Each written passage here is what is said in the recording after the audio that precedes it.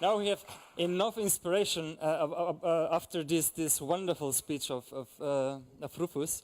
Now we come to our actual topic of the summit, and that's data and building European data infrastructure.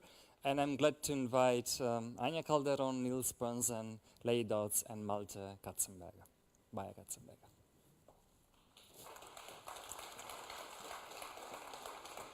And in the middle. As you wish. In order to get a bit inspiration about what's all about and what's data infrastructure, we're going to show a short clip with the greatest support from the Open Data Institute UK. Can we show the clip?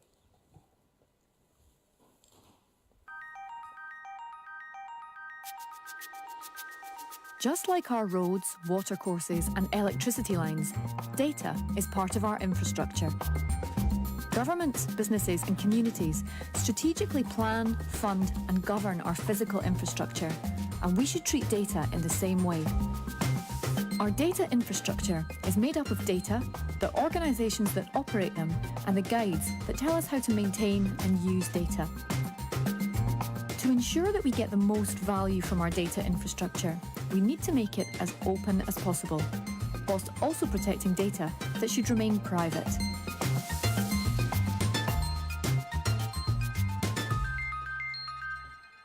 So this was our introduction to the topic data infrastructure, and I'm glad that we have a perfect representative from the Open Data Institute UK.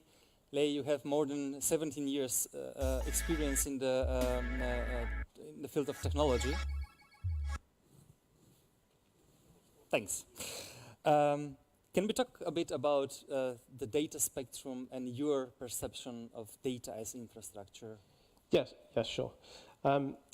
So Thomas was talking in his introductory remarks about the difference between public and private data. But the ODI, we talk about data being on a spectrum, from closed, shared to open. So open data is data that anyone can access, use and share. It's available online. We can access it and download it, use it however we want, for research purposes, for commercial purposes, or our own personal use. At the other end of the spectrum, you have closed data. So that's data that data about us that we might choose not to share. It might be commercially sensitive data, or data that is nationally sensitive and so can't be shared more widely. But in between those two extremes, we have shared data. So that's data that's available to different people under different access models. So data might be, we might share information about us with people providing us with healthcare. We might choose as society to share data about the population or from companies with researchers to help them do the science necessary to create new medical treatments. We choose to share information with the organizations with which we do business, business partners, etc. So we think a lot of our work is about trying to ensure that data is at the right point of the spectrum. Quite often it's too closed. As we move data from shared to open, more people have access to it. That means it can be used in more innovative ways. But that also means that we need to take care to make sure that we limit potential harmful impacts through how that data is being used. So we prefer to talk about making data as open as possible, and focus less on the kind of the kind of hard line of what can be open and what must be closed, and think about more of the nuance around how do we make this data more available with appropriate protections.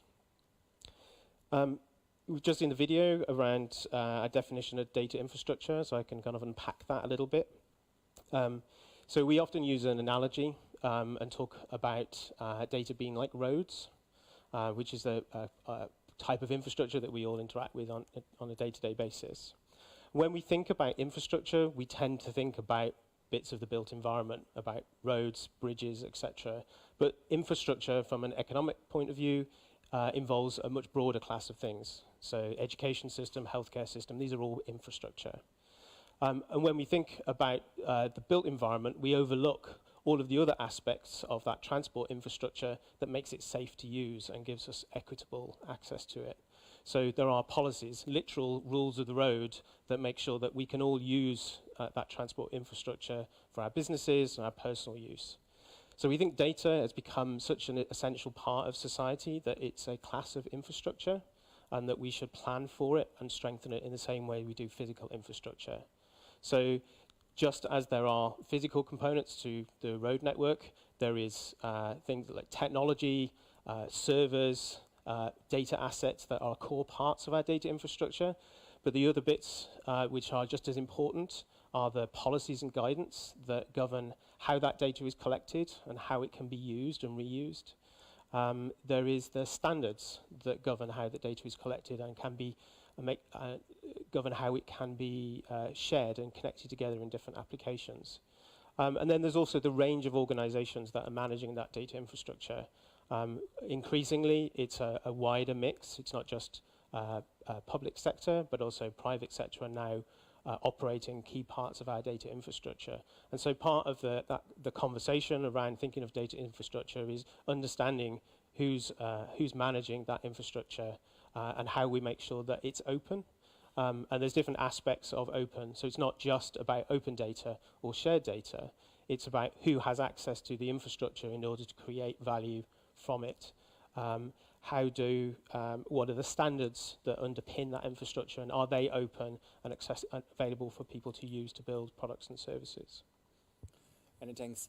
Niels, you're a policy advisor in the Federal Ministry of Economy and Energy, and do we have the same perception of data as infrastructure as well in Germany? And maybe how do you consider the plans of the EU Commission in defining so-called high-value data sets, and do you find this idea good for achieving a more common approach in Europe?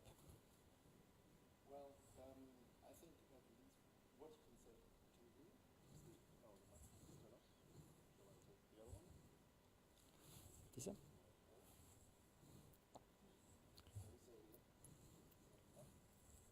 You have a good voice. I have a microphone. Okay, I speak loud. It is good, it's work. So basically, I think what you can say, like, we haven't reached the point yet where, to my impression, data is considered as an infrastructure yet. But what you can see, there's the microphone. What I think you can definitely see is a growing support for the open data idea. I mean, we have the G8 Open Data Charter, which has been signed by Germany already in 2013.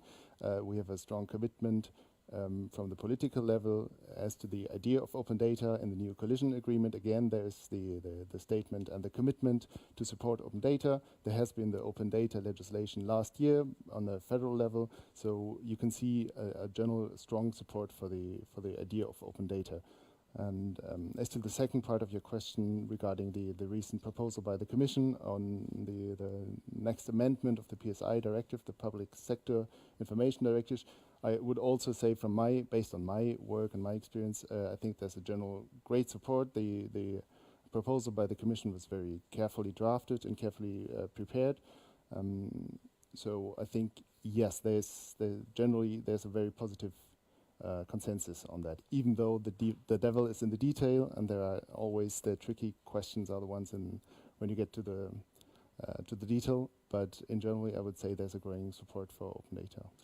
Just a short question, your personal opinion. It's a long journey. Do you think that we have enough time in this legislation to pick a significant step when it comes to having an open data ecosystem in Germany at federal and local level?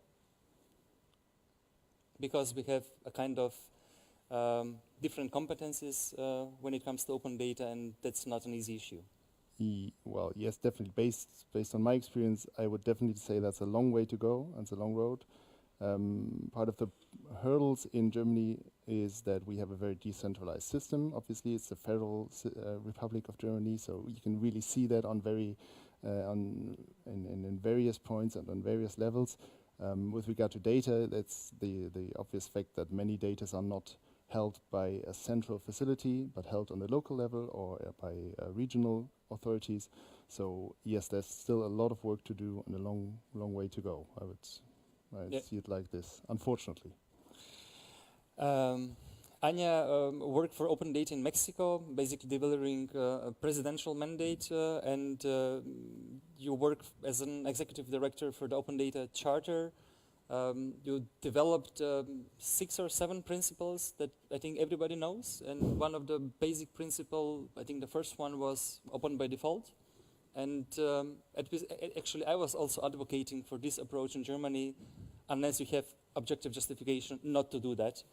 But recently I wrote a paper published by the Open Data Charter where you are thinking of somehow changing the policy by not radical change from open by default, but mentioning publishing with purpose. How do you come to this idea, and what's the reason behind? Yes, Bento. Well, first of all, thank you for the invitation. It is a pleasure to be here. Just before I get into that discussion, I want to sense check the room to see how I can frame my pitch. So we found there's a lot of lack of clarity in terms of what we actually mean by open by default. So I'm going to ask 3 different options here in the room. Those that think open by default is too high a bar, impossible to achieve, perhaps. It's detrimental.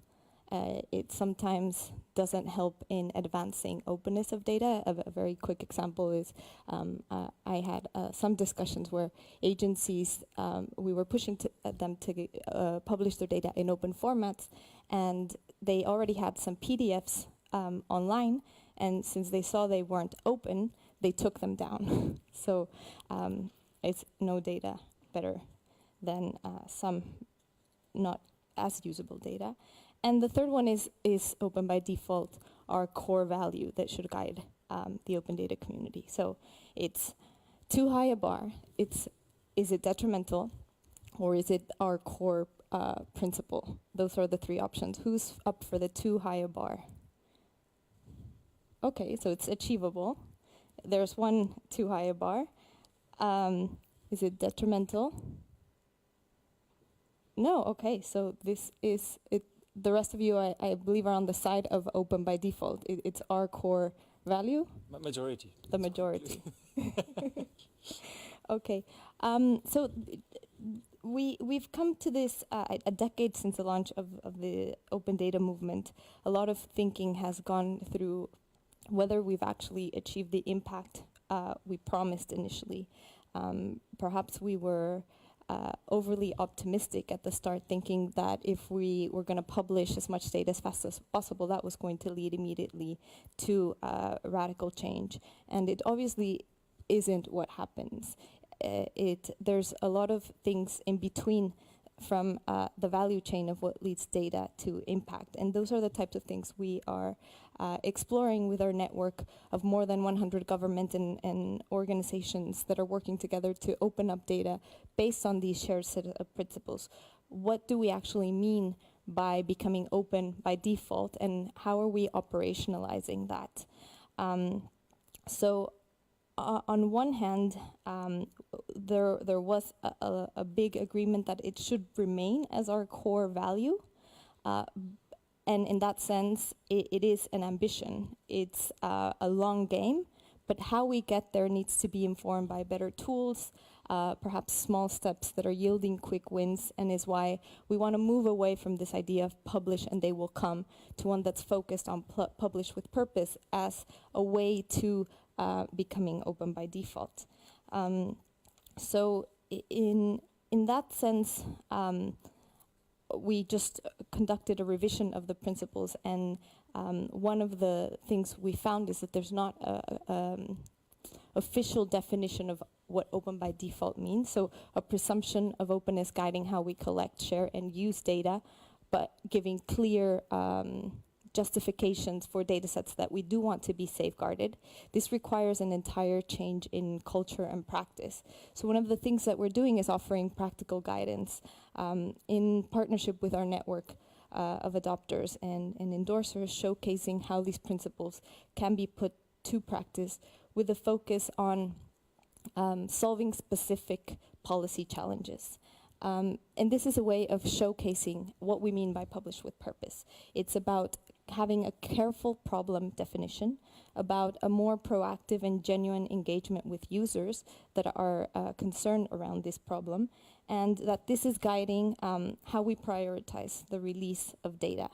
But in a way that we're taking these learnings, these findings, and informing how governments are investing in building the future of our data infrastructures. We've done some work around anti-corruption, around agriculture, climate change, and we're starting to do some scoping as well with gender. So from the beginning, one of the questions is what private sector data can be very valuable that government should regulate in releasing. These are one of the ones we're seeing. And for example, the gender pay gap is something that is data that is held by companies, but is addressing a very important problem that governments around the world are dealing with in terms of being able to progress on the recruitment and progression of women in the workplace. So we know that access to high quality data in this field is currently scarce. One approach that governments are taking, in the UK is an example. This year they've mandated that all companies with more than 250 employers need to report, 250 staff need to report the difference in what they pay their female and male employees. And they've started this project with a volunteer of companies. It's not, those that have worked in this field, it's not hard, it's not easy to get private sector to publish data, but this is one in particular where the public value in terms of releasing the data is quite important. Just by publishing this information, it sparked a big conversation in terms of those that are worst and performing. It's prompted scrutiny, but it's also starting to make some changes in terms of narrowing the gender pay gap. So this is, I think, an example that is showing that it's going beyond just the idea of publishing data, but looking at it at a broader governance of the information around gender problems. There's a clear problem statement. There's work done around building the legal framework, user engagement, but clear actions that are leading to responses. On top of the reporting for the companies, they are required to say what actions they're taking to narrow the gender pay gap. So in the end, it's looking at those additional complementary institutional arrangements that need to be put in place so that data publication is part of a process of social change. And we still believe that to reach that value, it's on the side of open by default and not in a closed by design, which is normally the status quo. So for me, I just to close, it comes back to a quote by Oscar Wilde, actually, that says it's a map that does not have utopia on it, it's not worth glancing at. So for us, open by default is the world we want to achieve, and publishing with purpose is a map for how we get there. Beautiful remark. I'm very happy that we have a representative from the European Commission. Malta is working for more than 7-8 years in the field of data innovation, and I think I've read somewhere that you have convened the first My Data workshop in 2015 as well. And I can freely say that you're actually agenda setter when it comes to open data, and you support the movement in Europe. And I'm quite convinced that with this proposal we are going forward when it comes to open data in Europe. But I have a bit doubt when it comes to several issues. First, I think we have a strange name, PSI, Public Service Information, that nobody understands. I don't have the feeling that everybody in Europe have the same perception of what we think when we say open data.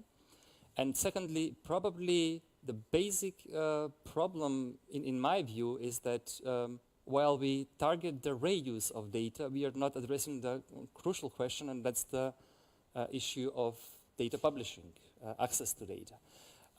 Is there a possibility somehow to move forward without dealing with the issue of access in this directive. No, thanks a lot for having me. I'm first and foremost a true soldier. I mean, in the bureaucracy, you're never an agenda setter at the lowest level. It's coming from higher moments, and we have a great team doing open data since its inception. And I think that the term public sector information we owe to the Brits. It's their fault, obviously, who were the true innovators on this front in the late 1990s and early 2000s, when the policy was basically created with the original directive in 2003. And when I joined the Commission in 2011, my German friends, lawyer friends, were saying, so what we're going to work on? I was saying, yeah, it's open data. What's that? Yeah, it's the Informationsweiterverwendungsgesetz.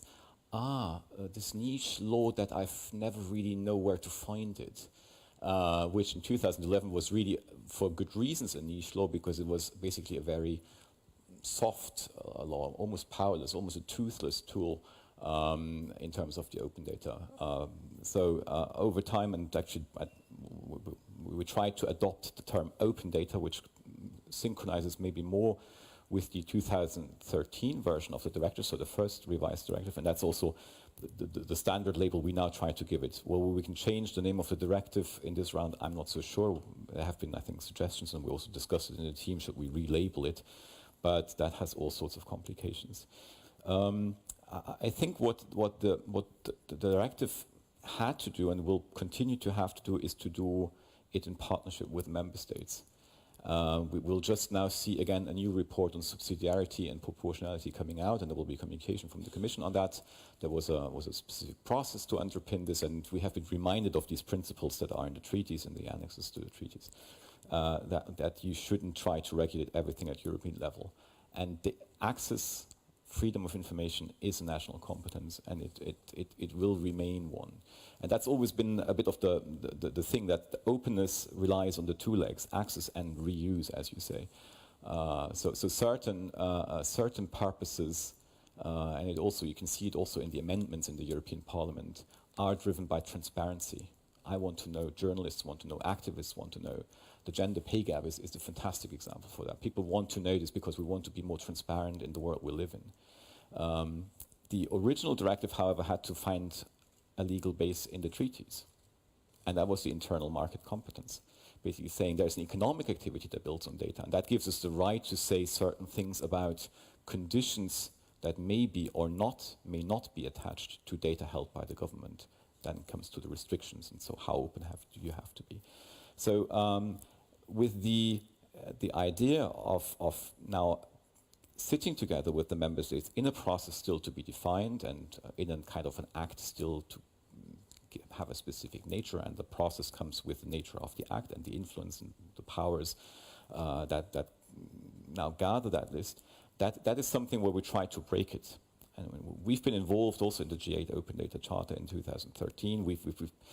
The Cabinet Office in the UK, again, the Brits at fault here, the Cabinet did a marvelous job in setting together that list of the categories of high-value data sets in the G8 Open Data Charter. The International Data Charter has taken that over and has tried to internationalize from 8 countries to a lot more.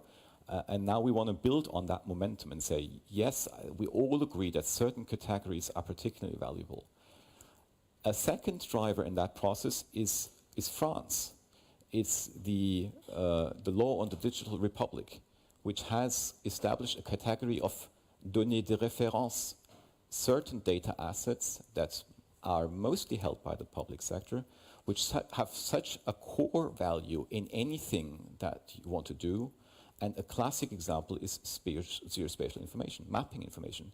All the geolocalized services that you have on your phone only work with accurate mapping information. Otherwise, it's crap. So who holds access to that infrastructure, the mapping information? And how has it been usable and reusable? If it has such an important value on all your phones, and what do people have to pay to whom, if at all, to have the right to use mapping information? And why is Google so successful in getting its maps out? Maybe because the license model is better. And I mean, Rufus, I don't know where he is now. I mean, he's been fighting with the UK Ordnance Service for years. I mean, intellectually speaking, fighting, saying, change your business model. And France will do that trick. France will say, we will stop the Institut National Géographique de France charging people to use mapping information, and we'll replace it with government funding. Just to stop it, and hoping to recap on the value that is generated by the services using the apps. So the VAT that is paid by the app developer, the income tax that is paid by the app developer. That's Rufus's case from 2008, which still is the most valuable piece to underpin our policy. But it's not, that intellectual discourse is not finished. And we've seen this with reopening the discussion on the PSI directive. We're seeing it very clearly. And we're seeing it especially because we want to say that the list of high-value data sets should come free, at no cost to the user because of the high value. And that's the French example. And the French say, well, demonstrate that they have, if there's political will, you can do it.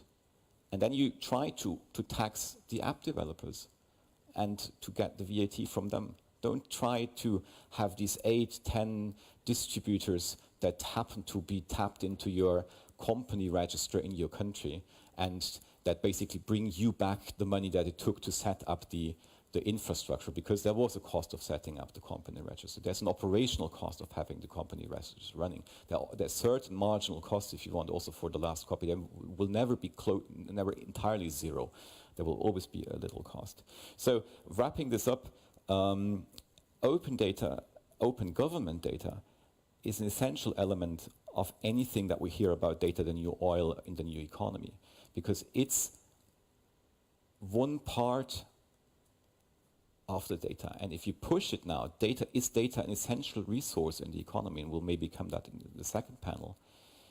If we agree that at least some data assets are an essential asset in the data economy, and if it happens to be so that such assets are created by the government, then there's a clear case for a public data infrastructure. So a public provision of that data as infrastructure. Last word, I mean, it's a bit, the semantic discussion is not always easy, also inside our house, because we have data as infrastructure versus infrastructures for data. So hosting an open data portal is an infrastructure for data, if you want. So the semantics on data as infrastructure do not resonate always very well in our circles, and maybe also with you in the audience. But I think the economic argument that Rufus has eloquently made before underpins the fact that it's like an infrastructural resource in the economy, and certain of that infrastructure needs to be publicly provided. Thank you very much. There is one difficult issue in the negotiation, in the consultation process when it comes to the Open Data Directive. I'm going to call it like this. Is the charging policy. And obviously not every country is amused with some proposals. And Rufus, since I think we cut your time, why it's important to have open data policy free of charge? You have published your paper maybe 10 years ago, I remember, The Economics of Open Data or Public Service Information. Can you make just a couple of remarks in this respect? Yeah, I mean, so to go back to the basic metaphor, I mean, when you Spotify, or to use the basic question with data, right, is you've got to pay for the initial cost of creating the database, going around mapping Germany costs money and energy. And obviously, the interesting thing, obviously, with government collected data sets, they've already done that. They've collected taxpayer money and they've spent it collecting those data sets often. But so does it make sense to basically have a kind of semi-monopoly pricing model, some model where you charge above the cost of that? And I mean, the basic thing people want to get here, which is so fundamental, is that whenever you charge above the price of actually making something, you create an inefficiency. Somewhere there is a developer in their bedroom not building a better app because they can't get access to the data when you don't charge it at the price. Yeah, there's always there's a loss to society when you don't charge the cost of the actual cost of production, which in the case of digital information is practically zero. When I say the cost of production, the production of a new copy. There's always a loss to society. Now, sometimes that might be justified. There's a reason that you might do that. But in the case of public sector information, there is no good reason. Now, just to make a quick comment, particularly because this is, you can argue these economic arguments till you're blue in the face, right? In my actual experience of finance ministries, they have to put up money somehow, sometimes, often for this. And that's they'll have to, like the French, put up money. So there's a couple of comments I also want to make. For a lot of public sector information, there are actually two sets of people involved. And the easiest way to think about this is, let's say, the company registry. What's it called in Germany, the company registry? Handelsregister. Or the Grundbuch. I mean, the Grundbuch's controversial because it's got private information in it, like the property register in Germany. Which, by the way, in Germany, no one's allowed access to unless you're a notary, if I understand. Am I right about that? You have to be specially qualified to look at the property register. But, you know, in England, you can. Now, think of that kind of database. It has people who change it, who write the database, and people who read from the database, if you want to think about it. There are people registering companies or registering changes in the title of property, and there are people who want to look at that register, who want to read the database. And a very smart move, if you're talking to politicians, particularly less politicians, Ministry of Finance people, is to say, hey, why don't you charge people who need to write to your database and charge people who want to read from your database nothing, right? For example, on geodata, I mean, I wrote a paper in 2008. I mean, the UK government still haven't made, I mean, there's never been a single intellectual argument made as to why they shouldn't have done it since 2007, 2008. I mean, there's not been a single moment I've sat in a ministry, and they had another go at it recently that I was even involved in.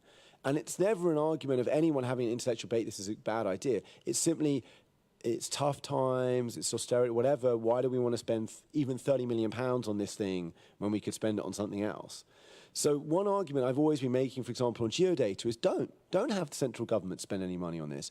Why don't you just start charging a small tax on people who build shopping centres or who put in housing plans? Charge people who change maps. And generally, rivers aren't changing direction very much. What mainly changes maps today is people building stuff. So why not go charge them all the cost it costs to maintain this data set and charge people who use it nothing, for example. And similarly for Companies House, the great argument for Companies House or the company register is just charge people who register companies €1 more and then make it free to access the database. It would comply with EU law, it would comply with pricing policy.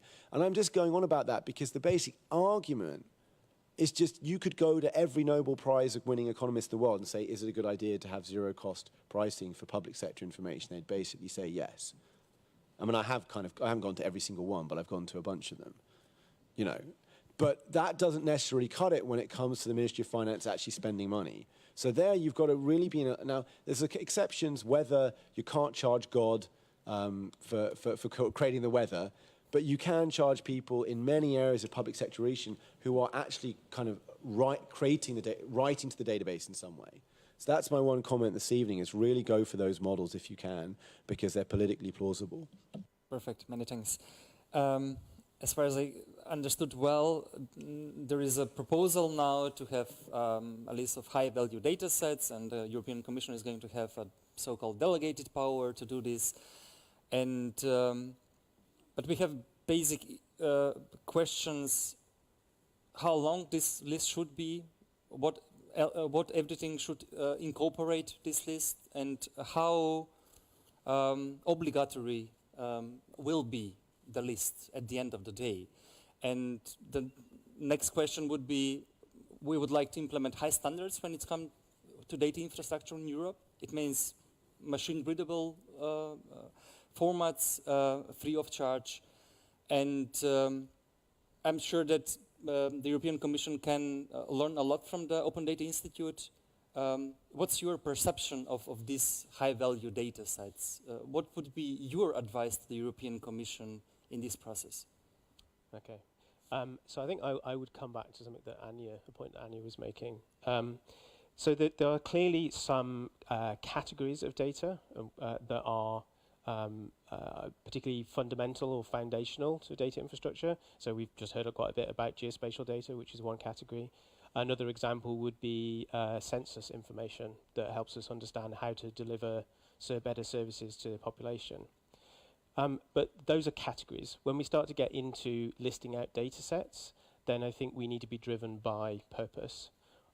Who needs to use those data sets? Because that starts to get into some of the important questions around what level of detail is required, what does high quality actually mean, even for geospatial data. Somebody who is creating a driverless car or connected vehicle needs a different level of quality for somebody who's displaying a map of where their business is. So just being able to tick a box to say, we've published our maps, we need a bit more than that.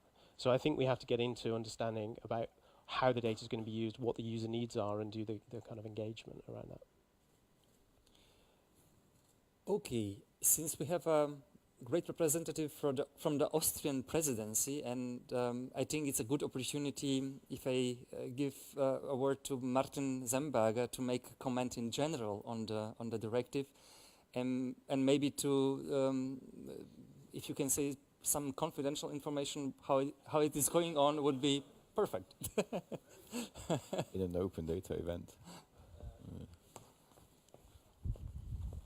Thanks a lot. Thanks for giving me the floor. Just talking as a kind of prelude in the part is also for Niels and of course officially for the proposal but of course I'd actually also like to pick up on what Anja has said. We have to be more proactive, and it's actually also about culture. It's also about changing the culture of the member states and of the institutions. And I must say, Rufus also mentioned that actually we are living, it's a kind of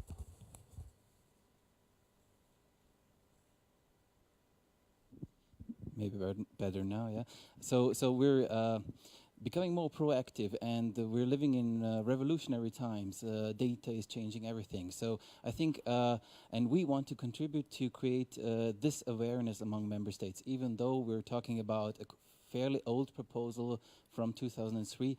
But I would herewith like to say, on behalf of the Council, on behalf of all the member states of the European Union, that we have definitely seen during the negotiations that times are changing. This year, it's different.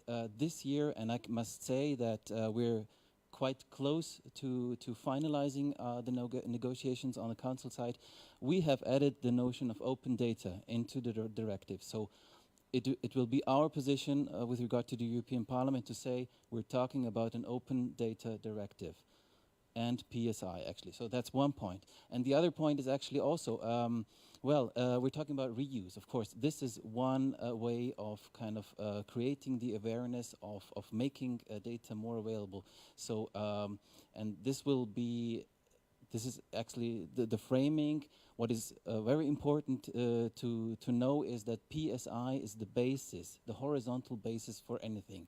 So for any reuse of data within the European Union, PSI is the basis. And I think it's good to start with the notion of reuse and talking about encouragement, not forcing everybody to be the best and to have the most open standards and the best formats and whatever. But in the end, it's about opening up.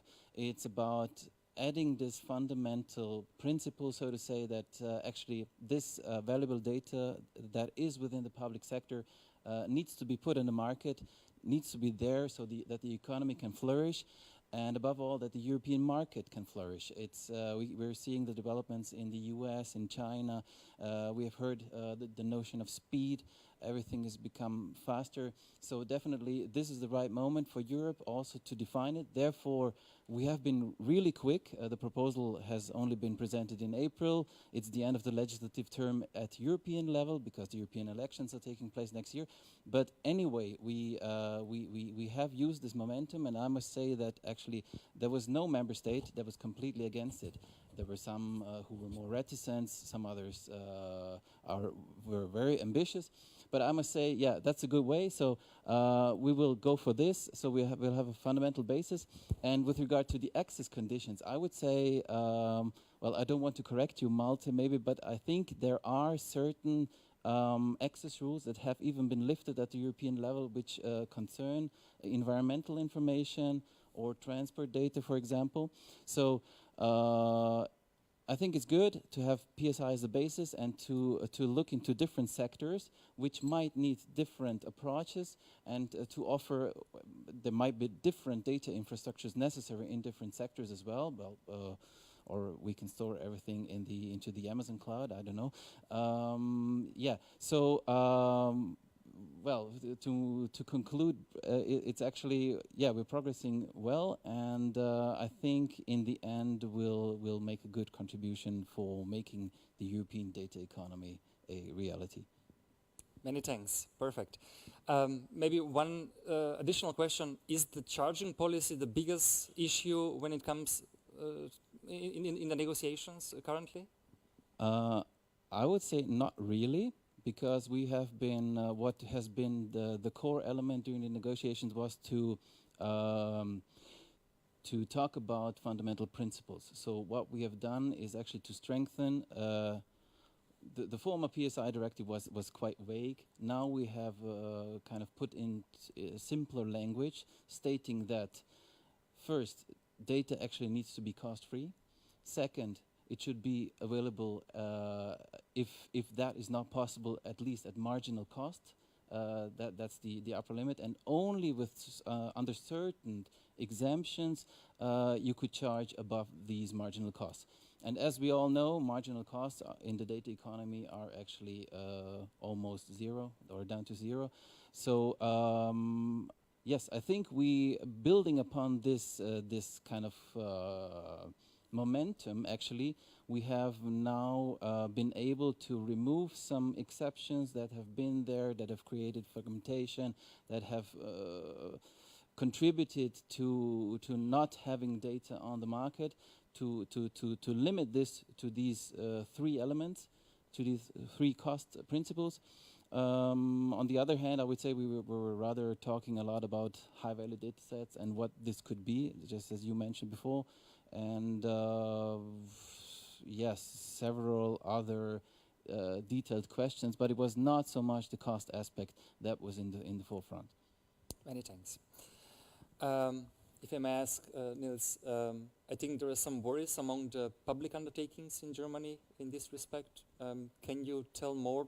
What's the reason behind, or why do they have worries that if we have more stringent regulation at this level, that they're not going to cope very well with this issue? Well, first of all, I have to say I'm not personally working on that subject, so I'm not familiar with the details. But based on what I heard from the colleagues working on that, the main worry is that it's not to open data in general. It's more the fact that public undertakings are often in a situation where they compete with private companies.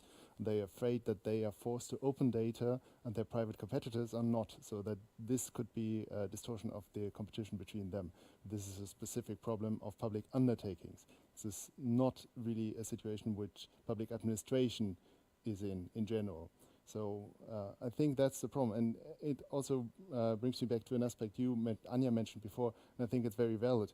The question of whether we should follow the path of open by default and as a principle, or whether we should also have a part where we follow the strategy of publish with purpose and go away from this very broad strategy to open everything by default. And I think both is valid. I mean, if you look at the federal level, the open data law the federal government has enacted last year follows the open by default principle. It's in the law now in Germany. So I think that this has been a pretty good step and a success for the open data movement in Germany. On the other hand, if you look in very specific sectors, as you said, like the colleagues from Austria mentioned, you get into really tricky questions and into really difficult problems which you can't solve with a one-size-fits-all approach and to say just open everything and every problem will be solved. So I think it's a very smart move to say we have open by default as a basic principle, but then we have high-value data sets where we follow another principle, where we work on data quality, where we work on real-time questions. But we don't do this for all the data there at the same time. This could be just too much for the moment. And then again, to look into the sectors very specifically and to look who are the actors and is there a situation of competition, and do we maybe destroy a market at some point, or do we make impossible for some public undertaking to fulfill their public duty, which is obviously a result which nobody wants. So I think you have to follow two paths in a way, to open by default on the one hand and more specific solutions on the other hand. Malte, maybe can you reflect on this? Do you see as well a competition problem when it comes to open data publishing by public undertakings and with the private sector? Well, I could be very honest and say we were under the impression of what the French could make happen. And what the French made basically happen is that they said, if a public service is delivered, paid from the public budget, irrespective whether the undertaking doing that is controlled by a public body or not, or is a private company. In France, there's a lot of private companies actually delivering roads and garbage collection services. Will open the potential for the contracting authority to say, all data that come out of that service provision should be published as open data. Because you could say, well, it's the public purse who pays for the service. Now that's a quite far-reaching thing. We've been a bit more modest, but it also has to do with the, and I'll explain in a second how. It has also to do with the kind of differences in public service provision across Europe. We've been having that discussion already. What is a public task? And I think, again, the UK has been the only country ever wrote us a paper in a workshop saying we now try to delineate what is a public task and what is not a public task of a government agency. So if the UK Ordnance Survey has a mapping sales business, is that a public task, or is that rather a private business under the same roof? That's actually one of the classical cases of the original directive, saying if that's so, if you have a private business and a public service under one roof, you should have a dividing line and you shouldn't cross-subsidize that. And that's what the original directive tried to address, because it happened quite a lot in some countries where revenue generation for certain agencies was really dependent on private business development. And somehow the original directive tried to address that. But then public service provision can also be done through, well, take a very, and this is a German audience, so take the very simple question.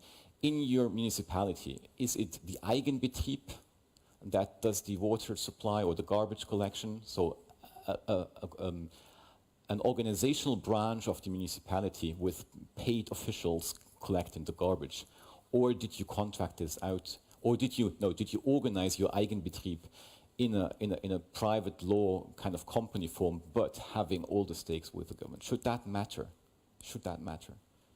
And we basically said that we can push now that line a bit further in the direction saying, yes, if the public service delivery is taken by a public undertaking which is controlled by the organization entity, the public entity, and it provides a public service, that's very important, then we could push the line a little further. So the new directive has clear restrictions. Again, you have to read the text to see the full breadth. There are certain public services mentioned. And we borrow basically the definition of the scope from the public procurement directives. So there's a set of directives that obliges public undertakings or public structures to procure differently than private, because there's a controlling stake of the government that could influence you to buy from your own country rather than going outside of your country and procure the service from elsewhere. So there's a certain obligation already inflicted on quite a range of public undertakings to procure differently. And we borrow this kind of scoping of that directive and say those are meant, and those are only meant if you deliver a public service. And even if you're now inside the scope, what will actually happen to you if you're now one of these scoped companies, if you allow reuse to someone of data that you generate. If you allow it to one, you should treat everyone the same. That's the radical shift that we will do with the directive. You call it non-discrimination.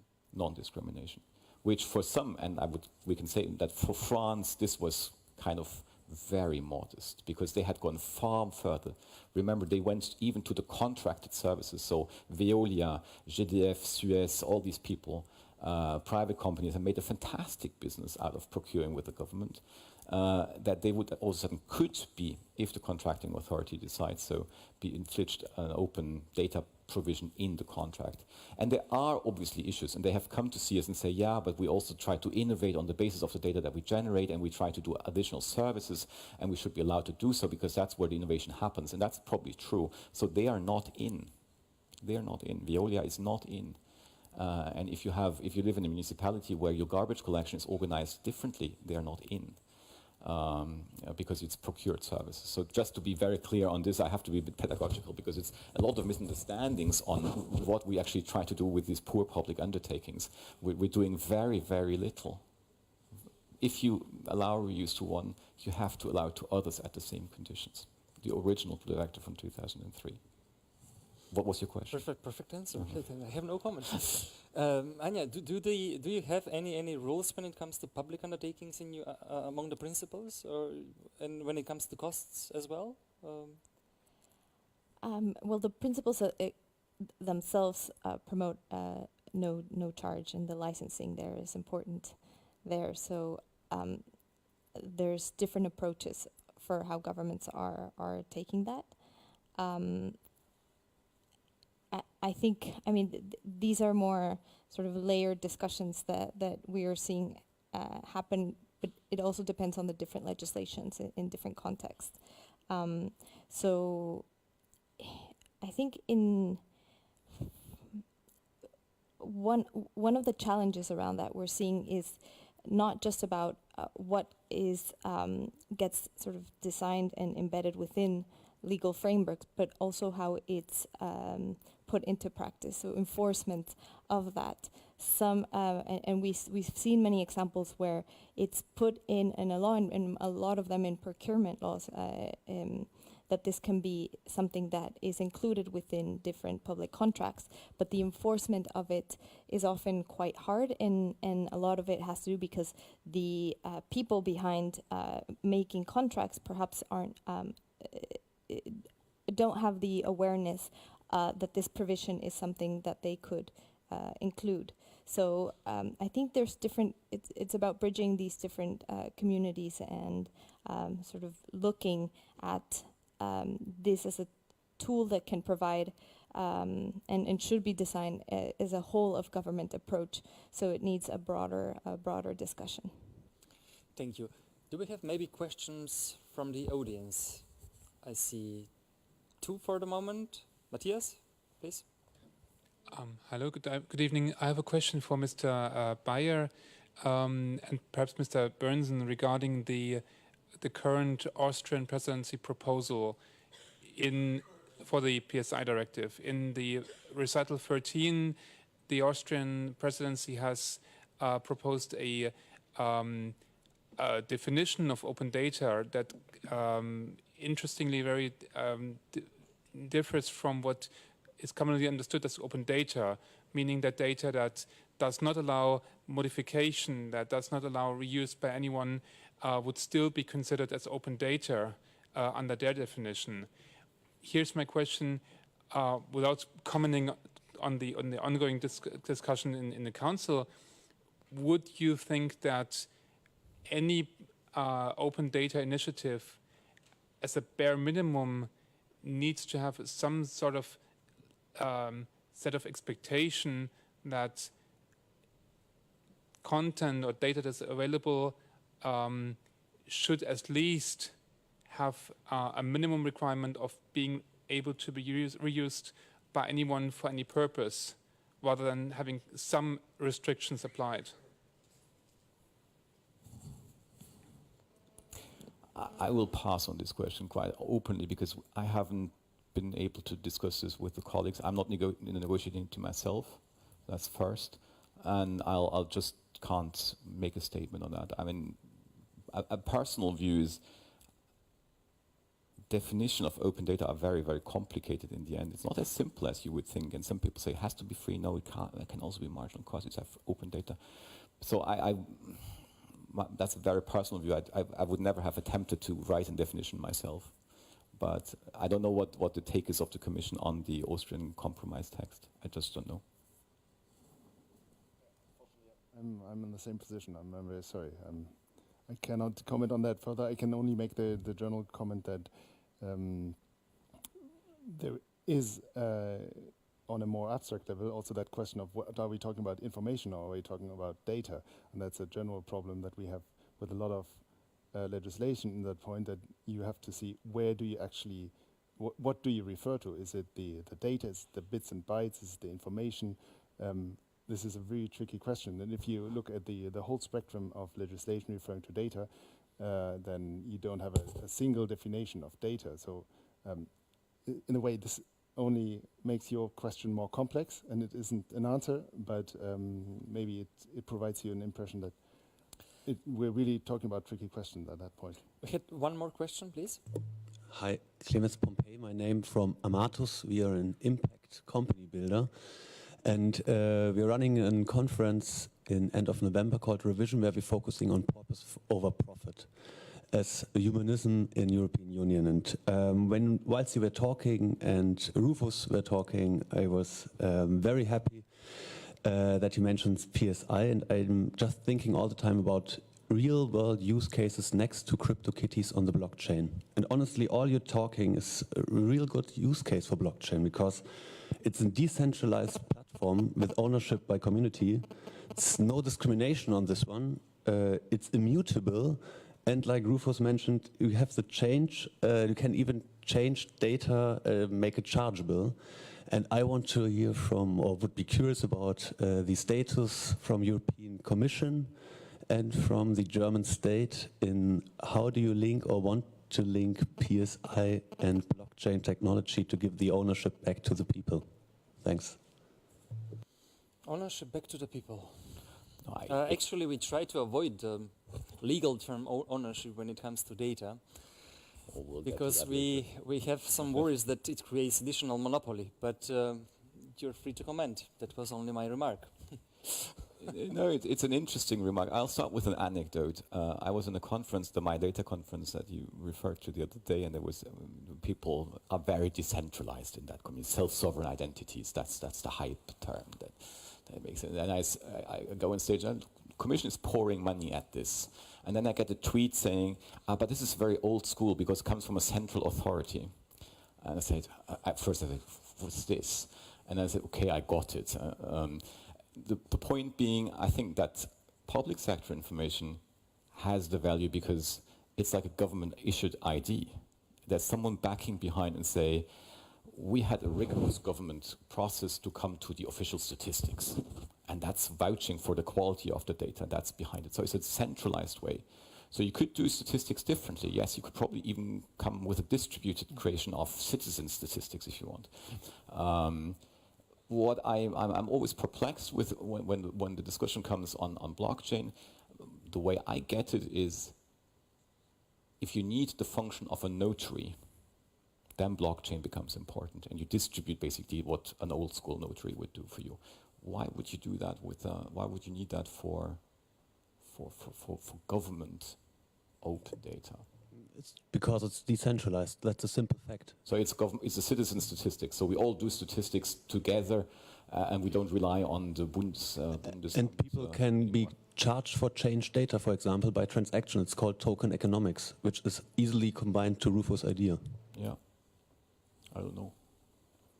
The Bundesamt is in your hands. Again, well, I can only give you my personal thinking about it. There's no official position on that I could comment on. Generally, I think the whole blockchain technology is very interesting from the data sovereignty point of view. You're absolutely right that there's a potential in that technology to give power to the data owner in agreements if you want that. But I think to be honest, the open data discussion is very far away from that discussion at the moment, to my impression, based on what I heard. And to be frank, I don't think that at the moment there is a clear link on the political level between those two discussions, even though they're both very actively discussed on the political level. Let's have an appointment next week. Okay, thanks. Since we have values in our main title, I would like to ask Lei, how do we encourage, actually to all of us, and then we take a short break, how do we encourage ethical use of data in our time? Ethical use of data. So I think part of that comes from engagement, that we need to be clear on how companies, organizations are collecting and using data. We need to have strong ethical frameworks and norms that help govern how data is being used. We did some work at the ODI and developed a ethics canvas to help drive some of that engagement, so that product teams are thinking through how they're collecting data and making better decisions about how it's being used. Your comment on this?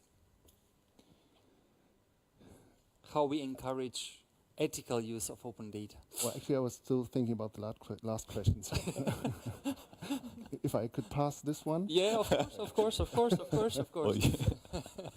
Anja, we have many ethical principles in the charter, or? To me, it comes. This is a very interesting discussion with lots of nuances we're seeing happen this year around events, breaches in data, and somewhat. I think, in a sense, we have conflicting right-based approaches to how data is being governed, which is why we're seeing all these sort of dispersed, being called the Wild West of a data ecosystem. And in terms of the ethical use, I think to me, in my head, I have a circle that's around privacy, ethics, and then openness. And in the middle, sort of that overlap is, I think, where we need to do more work in understanding what are those boundaries or those intersections that can, again, coming to that purpose. I think that the purpose is at the core of connecting these three issues. Thank you. Walter? I mean, can we encourage with a directive more ethical use of public data? Maybe.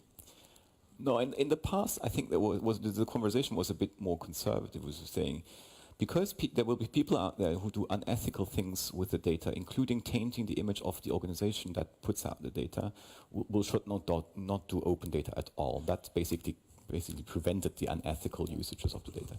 Now, the more we get beyond that point and say, just give it a try and you see nothing will happen, and then we will have to get to an ethical framework, indeed. I mean, but who's going to design that? We need another GDPR, like a general data protection, a general ethics regulation. I don't know. I mean, it's very, very complicated, it involves all players. I mean, it involves civil society, it involves education, it involves data literacy, and there will always be people doing unethical things in this world. There will always be.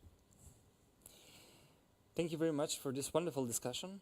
One short question, Oliver Rack, I can't deny you. Thank you.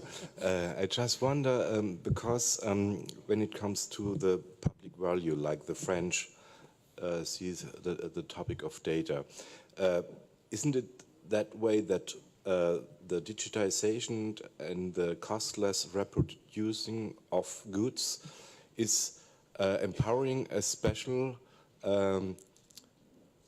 bias between public economy and private economy? So, as Obama once pointed it out, the private economy is much easier to handle since there's just a market. You just target the market and you make your deals, your business, and everything beside the market it's senseless. It doesn't matter. So the public economy has to cover all. So it's a much more difficult economy. So there is where the commons come in, and the possibilities in digitization, in digital, in the reproducing of goods, that this can this can empower the public economy in so many questions.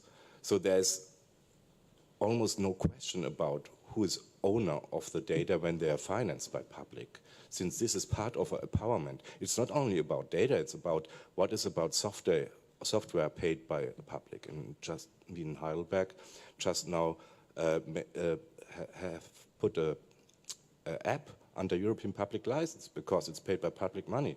Why shouldn't any other public organization use it as the same?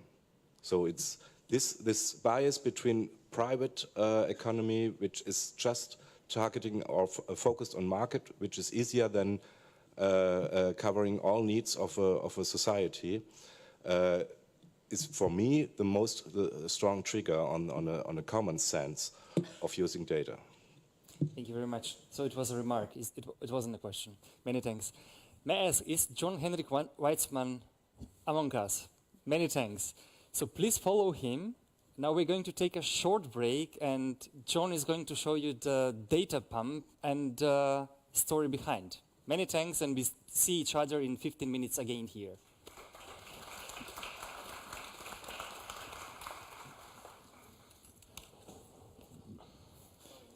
Jetzt.